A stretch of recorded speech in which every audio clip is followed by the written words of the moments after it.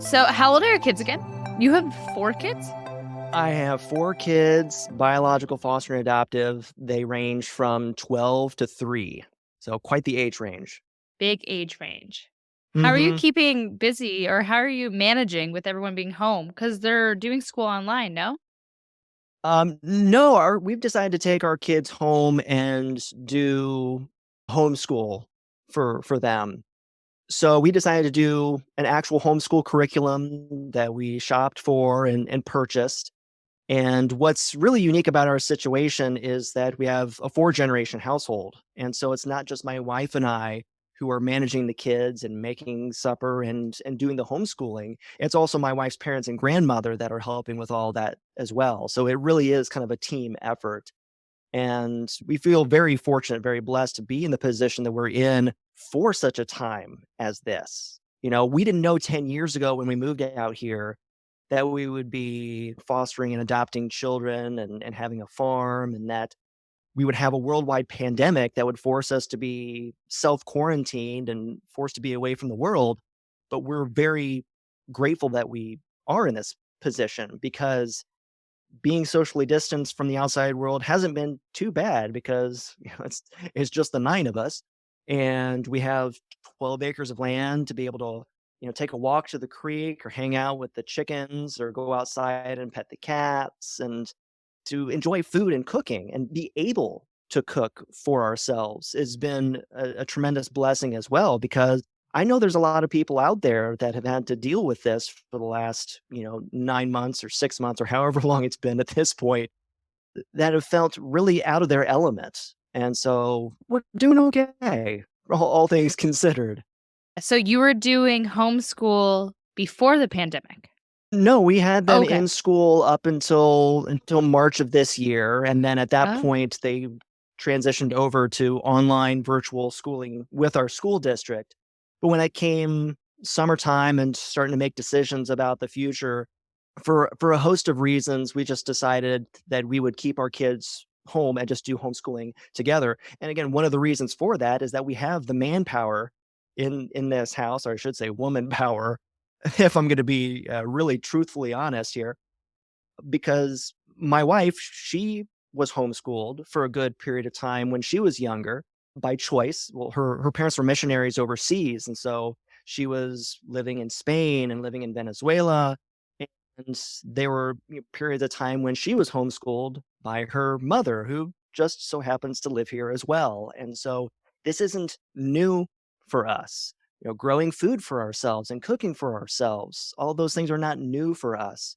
And so we feel very fortunate that even though we've been kind of forced to make some decisions, they're decisions that we felt comfortable with making. And it really hasn't been, I mean, it's been tough. I'm not gonna lie. There are certainly days when I wish we could send the kids to school, but I've been able to see the bright side in many of these things. And I think that's one of the reasons why we got connected in the first place was when you heard about my story and how this COVID-19 pandemic had affected me and my family, and specifically my business. Up until March, I had a catering business, and we were really, ramping up. We had, things starting to book. We had hands-on kitchen sessions. We were partnering with school organizations to get kids in the kitchen cooking and eating together, and then, wedding season and all that good stuff. And then lockdown. And even to this day, I mean, we're recording this in the middle of December, and people still aren't, in many places, here included, are not supposed to be getting together in large groups. And so, where is there for catering? And so we had to put that part of our business to a halt, to a screeching halt, and we're not going back. And that was a tough transition, and it's still tough to think about what could have been, what would have been, but at the same time, such tremendous blessing has come about through that scenario, through that change, through that shift that I had to make to being at home more with my kiddos and having opportunities to spend time with them in the kitchen, that I really realized the tremendous gift that I have and the unique perspective that I've been given on food and cooking as a dad of all girls, first and foremost. but also being a biological foster and adoptive dad who is comfortable in the kitchen. And I came to realize that makes me uniquely qualified to use cooking as a way of building deeper connections with my kiddos. And if there's anything we've all realized through COVID, through the race riots, through the election craziness that we have seen in 2020, what we all desire deep down in our hearts as human beings is that we desire connection. We desire attachment. We want to be noticed. We want to be loved. We want to belong. We want to be accepted. We want to believe in ourselves and have other people believe in us of our capability to do things, to create and to provide, to have agency, to make decisions. And inviting my kiddos into the kitchen or allowing them to invite themselves in the kitchen has given me a unique platform to be able to speak that to my kiddos. And in so doing, I'm learning what I can share with other parents to help them who, whether or not their kiddos have a particular mental health diagnosis, it really doesn't matter. All kids have been affected this year. To be able to communicate to them that there is a way that we as parents can help our kiddos in a really practical, reachable sort of way to help to improve their mental health and to improve their resiliency and to communicate to them that we love them, that we accept them, that we value them, and that we think that they're capable of doing great things. And that is just having them in the kitchen cooking and eating with us. I mean, it seems so simple when I say it, but really it's been a mindset changing, life altering experience for me. Talk to me what your life was like pre-pandemic and how that has changed now. Because you had a thriving catering business, so you probably weren't home very much. I wasn't home nearly as much, that's for sure. And as much as I enjoyed catering, there are a lot of things about catering that I really enjoyed. The flexibility, the creativity, every event is a little bit different, which has its negatives, but also has its positives. You get to be creative and to stretch myself from a culinary standpoint. There's also the benefit of, unlike a restaurant where you kind of have to always be there, whether the business is there or not. With catering, you know that there's going to be certain number of people and this is the amount of food that they need. And that's has a great appeal to me. At the same time, it was often very lonely. I mean, even though it was a family business, there was a lot of it that I did by myself. And it wasn't done here. It was done at my commercial kitchen. And so, yeah, there was quite a bit of time spent away from my kiddos and quite honestly spent alone.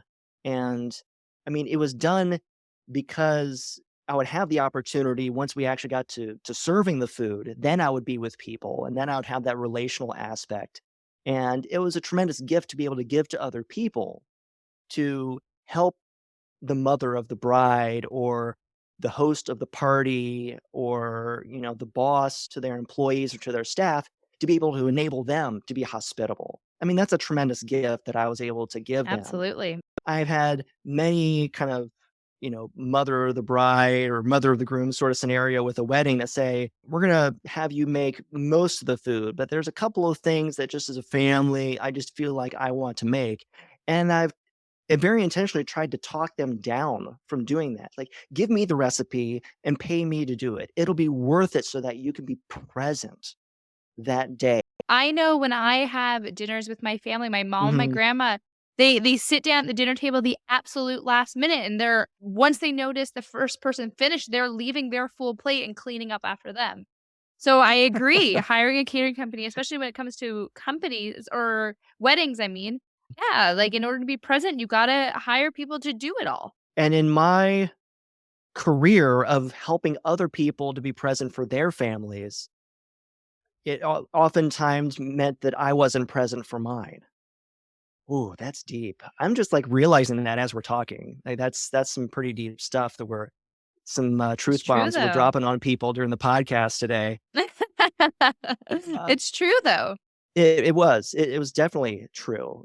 But, it was a service that I could provide to other people, and it was definitely a blessing, and it provided a decent income as well, and On top of that, my business was more than just the catering. I had a facility in which I could also do hands-on kitchen sessions. So it was a cooking class, cooking show, dinner party sort of thing that I could have up to 12 people cooking together and eating together and just having a good time. And that was a great way for me to, again, to enable, small groups and family groups and business associates to come together and to really bond. And that's where I began to see the relational aspect of food and cooking because I could see it in the other people that were participating in these cooking classes. But then when all of that came to a halt because of the lockdown, I was then able to translate all of that into my home and see just how powerful it could be. And I never want to go back. And I want to, for as many days and months and years that God gives me, to be an evangelist for that, to be an advocate to other parents and families, because I don't think that people truly understand what they're missing out on. Not just by not having family mealtime together, but by not having that time in the kitchen with their kiddos. Just a list of things that kids could learn by being there, whether it's just the actual act of cooking, the valuable life skills that gives a young person that they will need eventually down the road. And then all the different subjects in school. You have math and science and chemistry and physics and even world history and language. And then you have practical things like problem solving and communication skills and timing, but also the emotional aspects of it, dealing with frustration. I mean, come on. Who of us have not been frustrated at some point in 2020? That's Yep. all of us. Okay. But kiddos don't learn how to deal with frustration on TikTok, on Instagram, on watching YouTube videos. They don't. They learn how to be silly and how to be funny and how to be popular and how to get things right. Or if they get things wrong, they're gonna have millions of people laughing at them. But in the kitchen, when I'm with my kiddos, I have a very unique opportunity to be vulnerable in front of them and to mess up in front of them. And even though I am a culinary professional who's been in the business for over 25 years and teaches for a culinary arts college in Central Ohio, I still make mistakes. I still screw up. And that presents me with a unique opportunity as a dad to show my kids, to demonstrate to them, to model to them. Well, first of all, to demonstrate to them, mess ups are going to happen, mistakes are going to happen. It doesn't have to reflect poorly on you as a person. It doesn't change your value, your self worth. And then to model to them, hopefully in a positive way. I'm not perfect either, but to model to them, how do we deal with it? How do we move forward? How do we pick ourselves up? Whether it's me changing course mid-meal or even talking to them saying, "Hey kiddo, I really messed up. What do you think we should do next?" And the empowerment and agency that it gives to these kiddos to, first of all, to see their daddy so vulnerable in front of them just bonds us so much closer together. But then to give them those experiences, those life skills that they are going to need so desperately when they get into middle school and high school and further on down the road. I just you can hear the passion in my voice. I want parents to know that they can have this, that they can give this same experience to their kiddos. And quite frankly, they need it. And I have yet to find another method with that same kind of experience as being in the kitchen cooking with them. I wanna hear about obviously, you've taken such an awful change to your business and changed it into the better, and it's clear you found a passion from some pretty hardship times in your business, but it was not always like that. You had to be cursing and swearing the moment you realized that you had to close down a catering business. So bring me back there. Before we figure Mhm. out how to pivot, how does someone understand what's going on, make a plan, and then pivot? But talk to me pre-pivot. Right, right. I mean, there was a short period of time where we tried to make it work. We tried to do some takeout dinners and things like that. But eventually we got to a point where we just saw that the business as a whole wasn't going to come back quickly enough for us to be able to cover our losses. And again, as a chef and as a dude, I took it very personally. And to And this you have day, I'm still employees, dealing right? with no, it was a completely family business at that Okay. point. So you didn't have to So worry about the no, employee thing. didn't have to worry about the employee That's thing. one blessing. Yeah, for better or for worse. I mean, some small businesses with employees were able to take advantage of more of the relief that than we would have been able to have access to. And so it was kind of a two sides to the coin sort of scenario. But yeah, I would be lying if I said that I didn't deal with, and I'm still dealing with a bit of depression and anxiety as a result of it. And I'm very fortunate to have some great counselors in my life and to have people that love on me. And again, to be living in this home with four generations of family who are we're here for each other, we're praying for each other, and not just because we're family, but because we truly and honestly believe in one another's abilities. And we decided 10 years ago that we were going to do this, you know, as a family. We were going to do this life thing together. And it's a commitment, and we're committed to one another for better or for worse. I married into an extended family. I didn't know that at the time. Fair enough. You didn't realize all these people were moving in? Yeah, well, we had been married and living, the 2 of us and eventually the 3 of us once we had our first child back in Columbus for several years before we decided to make the move out into the country, if you will. It's still not very far from the big city, but far enough away that we have some room to breathe and some land to roam, and we don't see as much of the bright lights at night. We can see the stars glowing when we look up in the sky. But yeah, it's a tough transition, and quite frankly, the transition is still taking place. While I say that my business has transitioned, I'm still working on figuring out how to make a business out of it, if Yeah. I'm completely honest with you. Mhm. Yes, I do see opportunities for creating online courses, which I've just finished up my first online course creating it. It's a 10-week knife skills course called Knife Skills for Busy Families. Cool. And I'm really happy with it. I'm really, really happy with the product that I've created and with the results that some of the people that I know have already used it with their families and with their kiddos have gotten some really good results from it.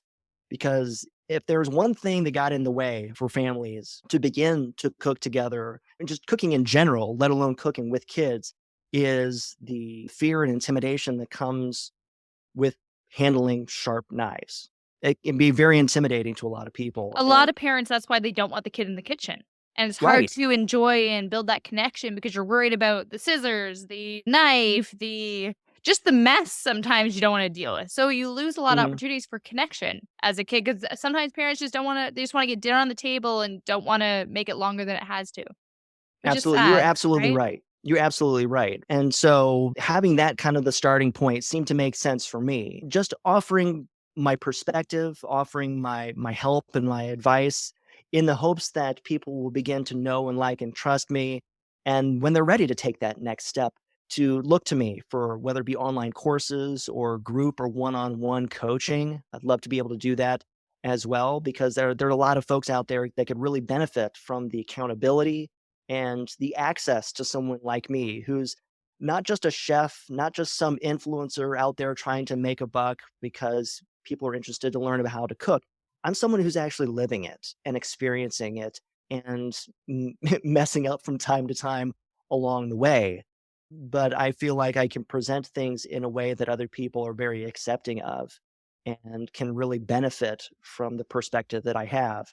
So I'm still ebbing and flowing right now as we speak. So obviously you started with a catering business, and then when the pandemic hit, you were thinking, "Oh, maybe you tried a bit of takeout," but Mm, how did you land on kind of what you're building now? I think it's a result of, first of all, just my passion to teach. I'm still teaching for the culinary arts program at Columbus State Community College, which is where I graduated from almost 10 years ago. And I've been very fortunate to be an instructor there for just over a year now. So I received the opportunity to teach there just a few months before the pandemic hit.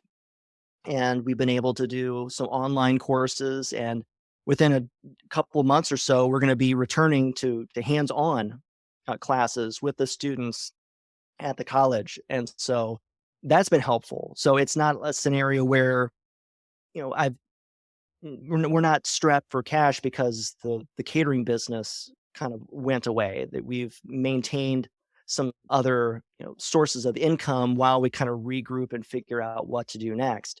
But my passion has been for a long time the teaching aspect, and that's something that can be done online. That's something that can be done through a camera, through a microphone to people not just in my own area, but to people anywhere around the country or around the world. Even folks in Canada, I can reach out to. And so that just seemed like the next logical choice. If I can't be with other people in person, what can I do to share my gifts and my talents to serve people from the comforts of my basement? And here we are now. What was your family's opinion and extended family's opinion? What happens when you say, "Okay, we're closing the catering business and I'm gonna start creating videos on YouTube to make money for our family?" What's their opinion on that? I'm trying to figure out how to put it into words. N not really surprised. I mean, very Okay, good. supportive. Oh, good. Yeah, That's um surprising how supportive it is.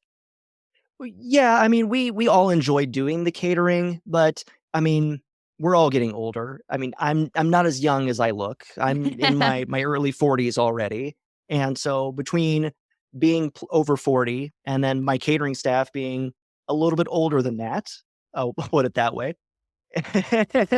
And also a few years ago, I had to have my arm surgically reattached to my shoulder, and Oh, so, wow. my Why? my chef shoulder, I had Right. torn one of the muscles in my rotator cuff, and again, because I'm a chef and a dude, I just worked with the pain for so long to the point where I could only keep an ice pack under my chef coat for so long and still be able to function at work. And at that time, I was actually employed by someone else. I was working outside of the home. And that was actually a whole other topic for a whole other episode when I was working at Honda. Honda has a major impact on this area. They're a major manufacturer. I can see the glow of the Honda plant from my yard. They employ almost 20,000 people out here. And many of the cars that are on the road are built right here in sunny My mom Marysville, works at Ohio. Honda. Oh, really? Oh, yeah, we Yeah. do. I would I was working at the Honda Heritage Center, which is more of an executive facility, and so I would be cooking for people from Canada, from Mexico, from Really? Japan. Oh, yeah, yeah, I For would when have they fly in or whatever? yeah, being more of an executive facility, you'd have well, not only was it an executive facility, but it was also a training facility as well. And so it brought in Cool. teams from here in the States, from Alabama and Indiana and California, but also, foreign bodies as well. It's a Japanese Yes, based it sure company, is. but it has facilities all over North America, including Canada and Mexico. And so it was a really unique opportunity for me to be working about 5 minutes from my house, but also working Monday through Friday, no nights, no weekends, no holiday. On top of that, just the cool things that I feel like God just kind of worked into my life that I didn't know when I was 15 years old and went to Japan as a 15-year-old for 10 days, part of a sister city Why? exchange. Oh, cool. Uh, Sister cities, yeah. I had no idea that 20 years later, I would be a certified chef and would be cooking for the Japanese executives of Honda. I believe it was the Blues Brothers that said, "The Lord works in mysterious ways." The more we can remember those moments when we remembered that this ended up working out for our benefit or for someone else's benefit later on down the road, the easier life becomes because we get that perspective change. And again, going back to my experiences this year, I think the biggest thing that has changed for me, not even just the business has changed, obviously, but I have changed and my perspective on cooking has changed and for the better, I think. And that certainly showed itself during this past Thanksgiving when, again, Thanksgiving, it's a big deal. It's a big Huge. dinner. You're cooking for people that sometimes you only get to see maybe once a year or twice a year. And so there's a lot of pressure, a lot of anxiety, kind of the the pressure to perform and to show them, "Hey, I'm still a chef. I've still got it," ready to wow people. But my perspective changed this year, and I shared this in a recent YouTube video. And I think this is a huge secret to successful cooking, especially around the holidays, that I wasn't so much focused on the outcome. I was focused on being present in the moment and enjoying the process of being with my family, cooking with my family, inviting my kiddos in to do different parts of the process, from scrubbing potatoes to cracking eggs to washing dishes. And so it was about the process of providing this meal to my family rather than the pressure of this has to be right, this has to be looking a certain way, the food has to be ready at this time. I still wanted all of those things, and things kind of, didn't always go according to plan along the way. But because my mindset was focused on the path, on the journey, and knowing that no matter what happened, I'm still gonna be present with my family and enjoy these precious moments that we have together, I enjoyed it so much more, and the food even turned out better. How Why cool do is you that? think that is? You weren't focused too much on it? The outcome, I guess? I think that's definitely part of it, and part of it is just letting go of sometimes letting go of control can be one of the most freeing things, and that's been a hard lesson for me. That's It's been been a the hard lesson. epitome of my lesson all year. Yeah.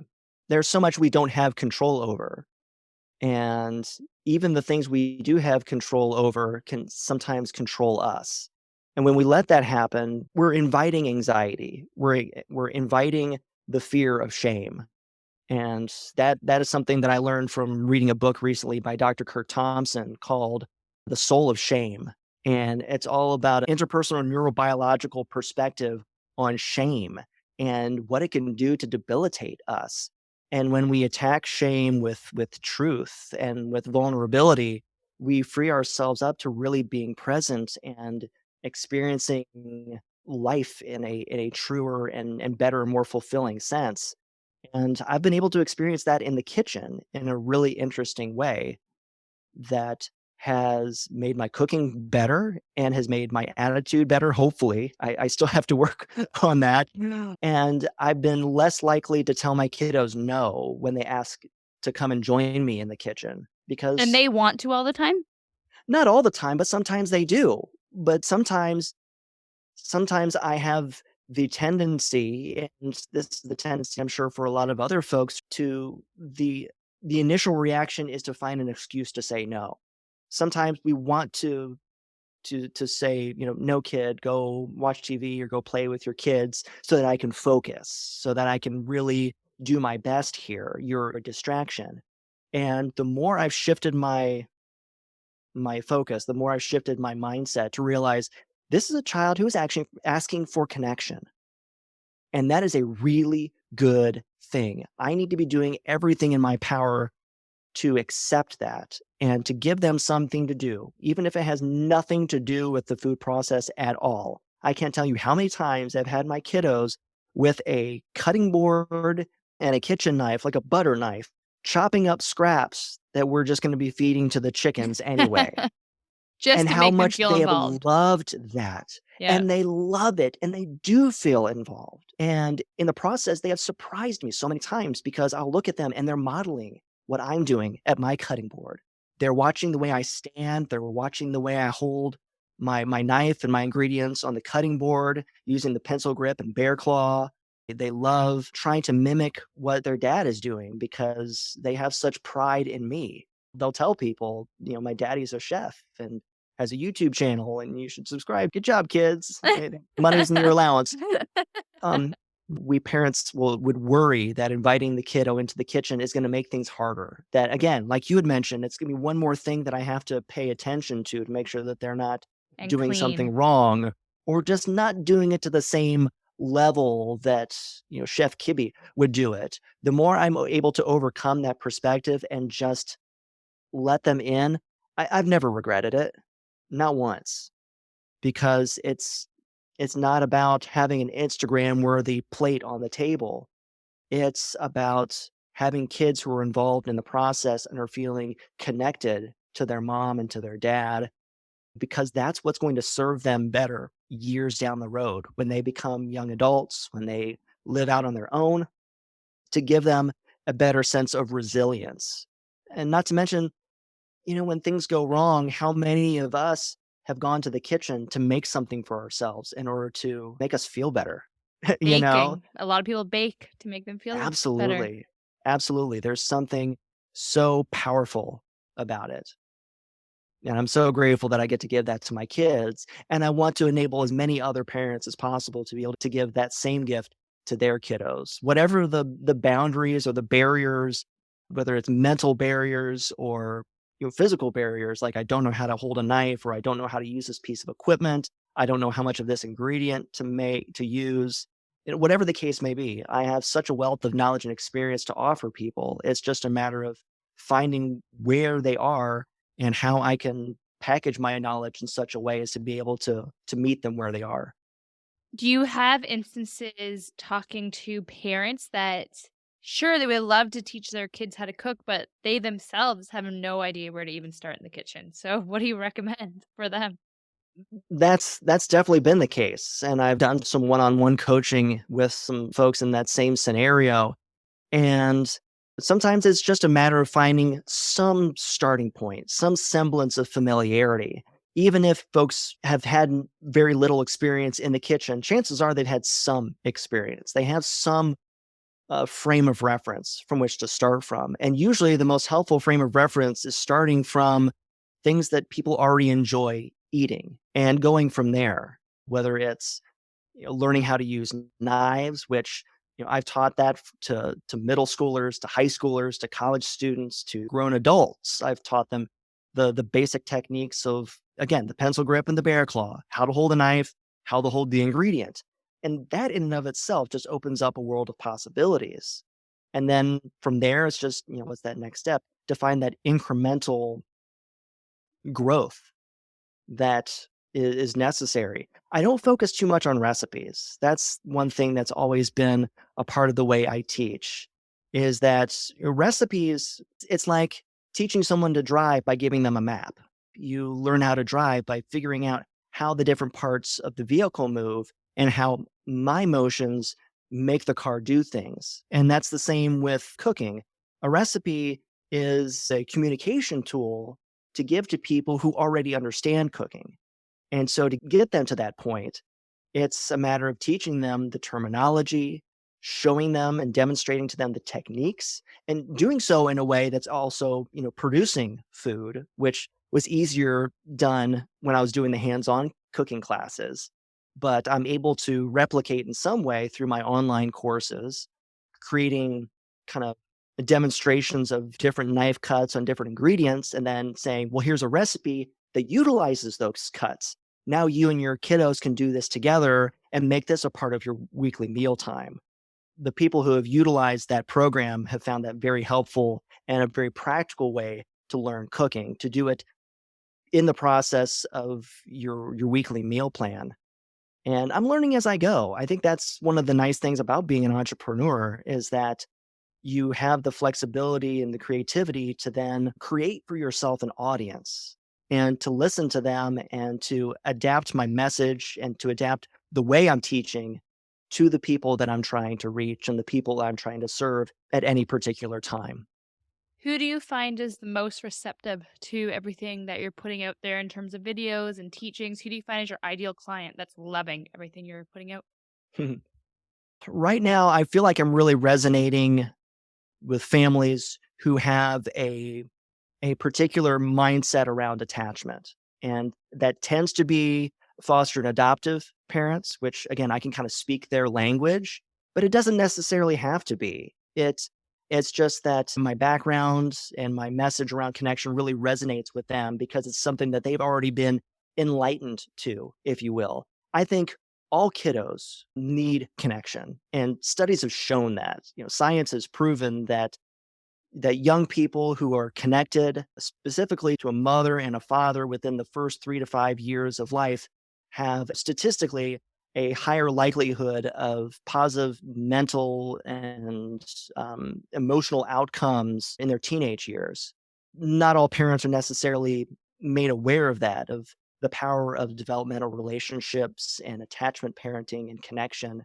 But there are communities that are, and that's the nice thing about the internet right now. I was actually on a call earlier today with some folks at our local college that work with students who have aged out of the foster care system. And so again, I kind of speak their language. They already kind of connect with my message. Can they learn how to cook from other people? Absolutely. But my background and the language that I speak and my approach to cooking resonates with them a little bit more.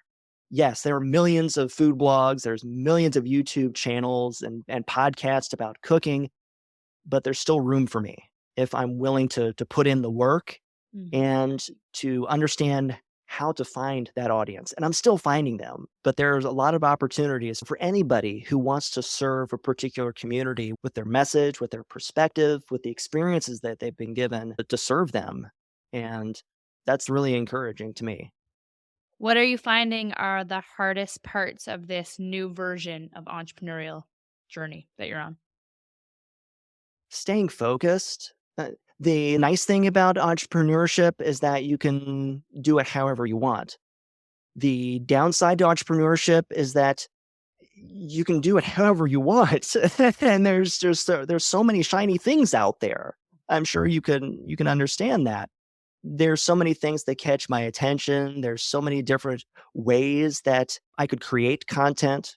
I could do a YouTube channel, I could do a podcast, I can do a blog. There's the courses, there's coaching, there's building an email list. It's having being active on Snapchat or doing Instagram Reels. There's just so many ways, Pinterest, It's exhausting. cookbooks. It's exhausting and it's I hard to come from a know marketing background, sometimes. so I know exactly how you Yeah. feel because people like me make you feel that way. You ask one question, you're gonna get 100 different responses and ways of doing marketing, Mm, and none of and them really understand what your goals are in businesses, you know? yeah, yeah, unless you actually, spend the money to hire a coach or become a part of a mastermind group, something like that, those can be very, very helpful. And again, it brings in a sense of personal accountability to somebody else and building relationships. Relationships are so important. Again, I've gone back to the relationships that I've had with my family, with other entrepreneurs here in my area, with my pastors, and having support in your life to help you stay grounded. And yeah, I definitely suffer from shiny object syndrome. And so that's been the biggest challenge as an It's hard entrepreneur. not to. It is. There's just so many shiny objects on the internet. And being an internet-based business that I'm, creating right now, it's hard to know. I want to believe that there is a right way to do it. And I want to know what that right way is. You're And gonna drive yourself oftentimes crazy. I do. Yeah, There I can't is wait no to right share way. this. I'm the I marketing can't person wait to share telling this you. with my wife because she would so much agree with everything that's She's being just gonna said give me a right hug, now. isn't she? She totally is because, I feel like there must be this right way of doing cooking with Kibby, this perfect way that it's going to resonate and that every piece of content I put out is going to hit the mark and is going to really inspire people. And it's not always going to be that way. It takes a little bit more time. I think for me, it's been that debilitating fear of not knowing which way to go that has often put me in analysis paralysis, and Yes. I end up not doing much of anything. And if you're not doing much of anything, if you don't plant seeds, you're not going to see anything grow. But the more seeds you plant, the more opportunities you have to see something grow and to learn from it. To say, well, this seed worked really well in this soil at this time of year, and then you find the things that work and keep doing it. What's been happening for me over the last, I would say, 2 or 3 months now, creating a course for the first time, just finishing it. Even if I don't have anybody That's taking it so this cool, first time though. around, How good just does that feel? finish it. It feels really, really good. I mean, once people have access to the content, they have it forever. I do want to be able to offer it in such a way that people can do it along with me or alongside of other families that are going through the process together so that they can share their wins and share their feedback and to be able to do some kind of coaching along the way. But even just having the course finished, having all the content built, all the quizzes done, all the videos recorded, it's that in and of itself is an accomplishment that I can look back on and say that I did it. And now it's a matter of, Absolutely. okay, doing the work of building the audience that is going to be receptive to a course like this. And then from there on, hopefully, creating, the second and third course down the road, because I do have a master plan behind all of it. If it ever comes to fruition, of being able to create a system that parents could use to be able to recognize, well, this kiddo is at this stage of the game. So these are the things they need to learn next. And to be able to really create a customized journey for all parents who want to help their kids go from completely novice in the kitchen to be someone who is really confident and able to cook for themselves and for others, because that is such an accomplishment. And it doesn't mean that you have to necessarily become a chef or go into culinary arts or hospitality management. It's just a good skill to have, and it's something that you're going to be benefiting from for the rest of your life. Let me ask you this about the whole marketing analysis paralysis. When you're creating content, what type of content feels the least amount of friction for you? So right now, as I look at my YouTube analytics, I see that the video that is doing head and shoulders above the rest, doing so much better than all the rest of my videos, is a product review that I did for the Cuisinart Elemental 13 cup food processor. And I do love that piece of equipment, and it is very versatile, and it has allowed me to do a lot more things, not just for my kids, but with my kids. I know that when people are looking for that video, they're not looking necessarily for what it can do to help them build deeper and stronger relationships with their kiddos. They're just looking for a better food processor. For me, more and more, whenever I create a piece of content, even if it is a product review, even if it is a cooking technique, what gets me jazzed, what gets me excited, what enables me to be more confident and competent in front of the camera is tying it back to the relationship. So even if I'm doing, a video about a food processor, if you watch it all the way to the end, after I get through all of the bits and pieces and it does this and it does that, but wait, there's more. After I get through all the technical stuff, it's like, okay, because it does all these things, here's what it allows me to do. Because it is a blade inside of a work bowl with a lid on it, it is one more thing that I can give to my kiddos to be able to do. It helps them to be able to slice cucumbers and make zucchini noodles and shred carrots. And so that's one more thing that I can assign and not have that anxiety as much as if I were handing them a carrot and a knife. That's, something completely different. And so it helps me to be a dad, and it helps me to grow connections with my kiddos, because having that piece of equipment in my kitchen opens up new possibilities of things that I can have my kids do for me and with me. And so I think that's what makes my videos a little bit different, where even a product review can be about how I can be a better dad. And it can go back to your ultimate message that you always wanna get across. So, I Yeah. think from a overall presentation and overall brand, that's smart on your end to do. Well, thank you. There's definitely an emotional connection there. And so I think that's probably inhibited me from doing more videos like that. And my wife will testify to this. Like, this video is doing really well. You need to do some more product reviews. And it's just getting over that. I don't want to just be doing that because I know that it's going to get views and that I know it's going to get Amazon affiliate clicks, which it has been. And it's, providing a little bit of financial backing for that as well, because, they Of click the course. Amazon links, I get a few pennies, a few dollars here. And that's not a bad thing. I should not see that as a bad thing. But again, so But you many feel like you're times we as selling your soul. entrepreneurs, yeah, absolutely. And I'm not, because if they are watching these videos and they're clicking on the links and they're buying things from Amazon, they're getting value.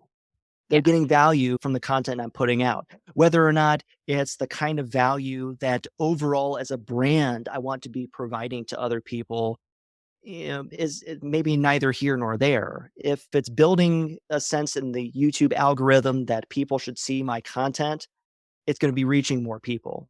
And the more people I reach, the more opportunities I have to reach out to those families who truly do need to know that life is better when we're cooking together. That is the message that they need to I love hear, that tagline. whether they know it or not. Yeah, that's my tagline. That's in all my videos, all my content.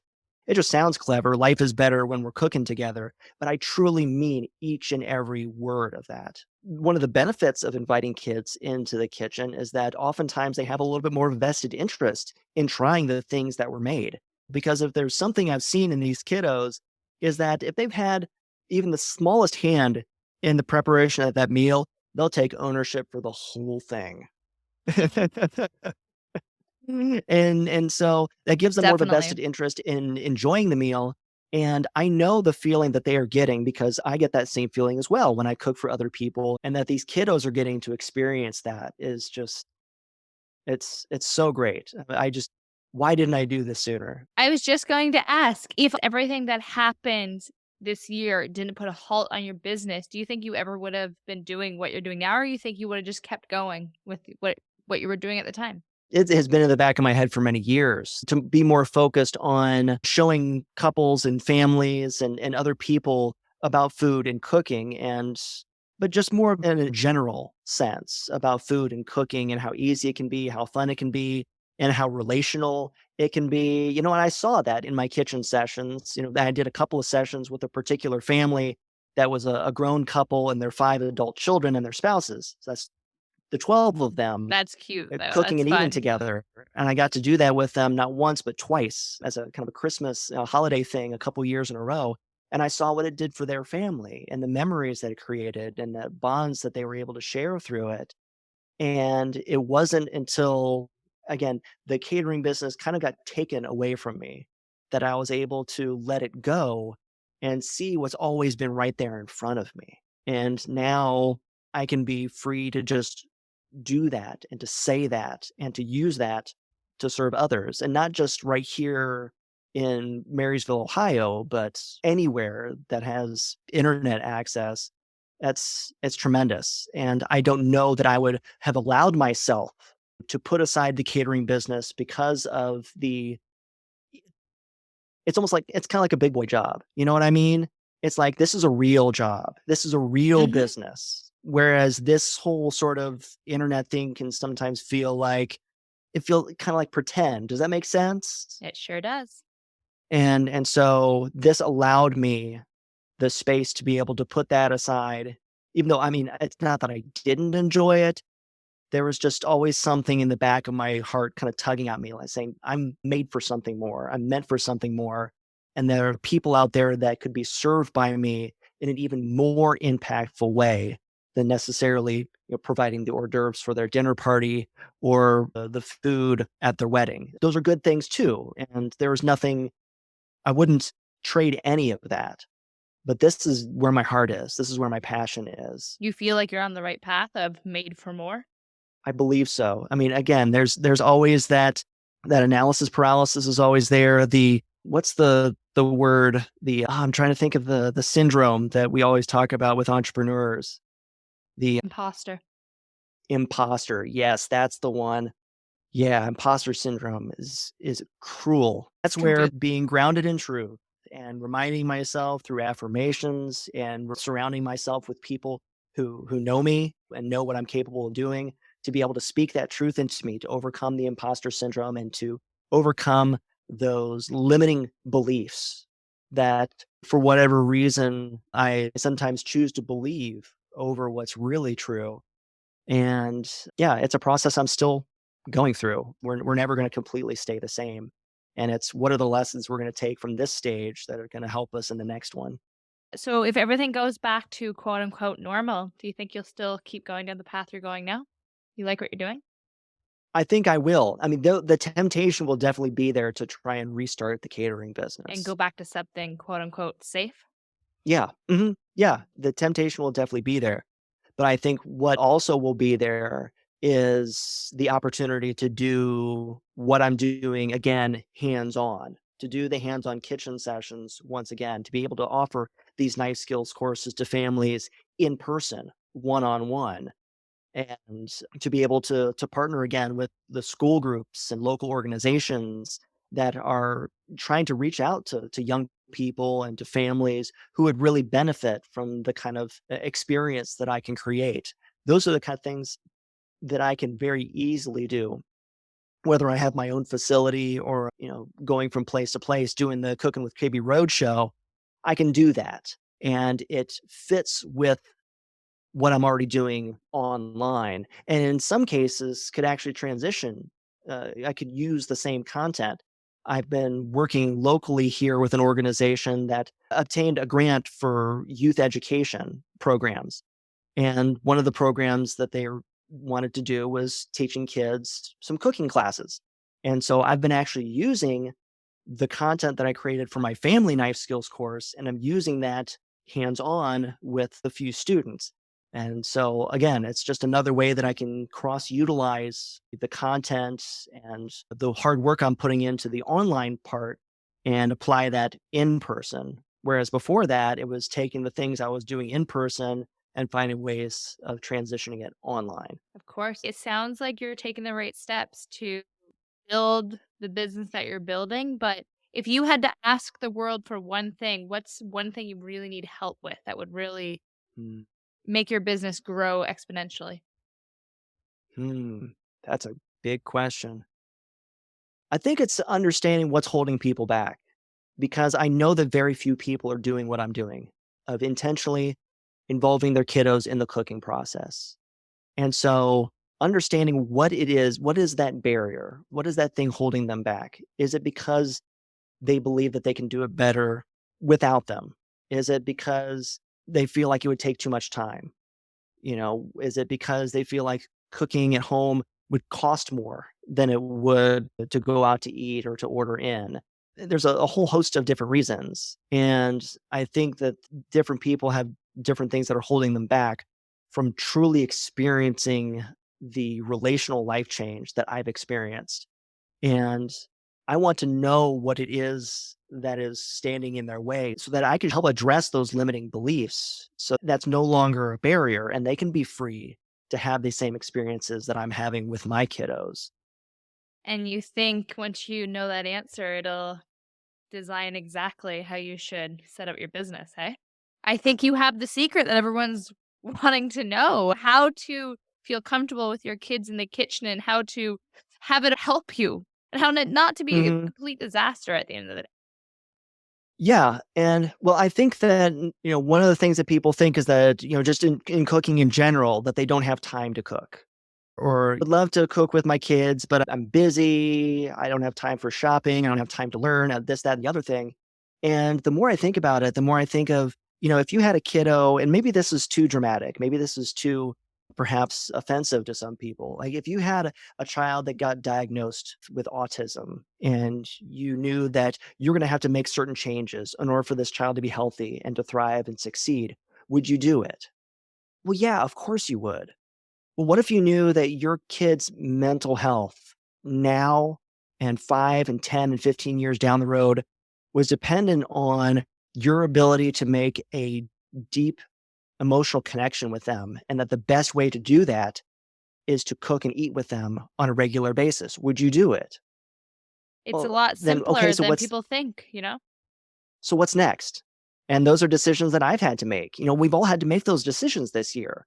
COVID, lockdown. You can't go anywhere. Your kids can't go to school. Maybe you have to stay home and work. Maybe you have to quit your job for a period of time. Maybe you have to change careers. We've all been forced to make changes at some point or another. And for me, it's I want to force people to shift their beliefs. I want to force people to shift their perspectives on cooking and the place that it should have in their home. Maybe that's too strong of a word. I don't care. I believe it. I think consistent, intentional cooking with our kids is so valuable and so important that everybody should be doing it. And none of the other stuff matters. We need to be creating a consistent place where our kiddos are present with us and are hearing from us, and we are vulnerable in front of them and keeping them connected and helping to fight back the limiting beliefs that they are receiving from outside of the home to know where their place of safety is and where their truth is and where their value and agency comes from. And for me, that's been in the kitchen. When you look at all of 2021, talk to me about some of your big goals.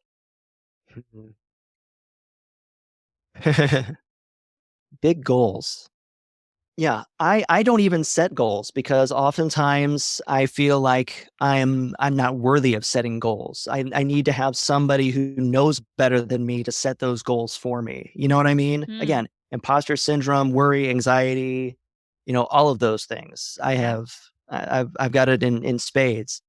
If I would free myself to be able to set some big goals for this next year, I mean, obviously growing my channels and growing my audience, but I would really like to start building an audience, not just kind of general subscribers, but of individual families, of moms and dads, whether biological, foster, or adoptive, that on a regular basis, I am personally building into them, whether it's one-on-one coaches or group coaching through Zoom or some other platform, whether it's through a membership site or something like that.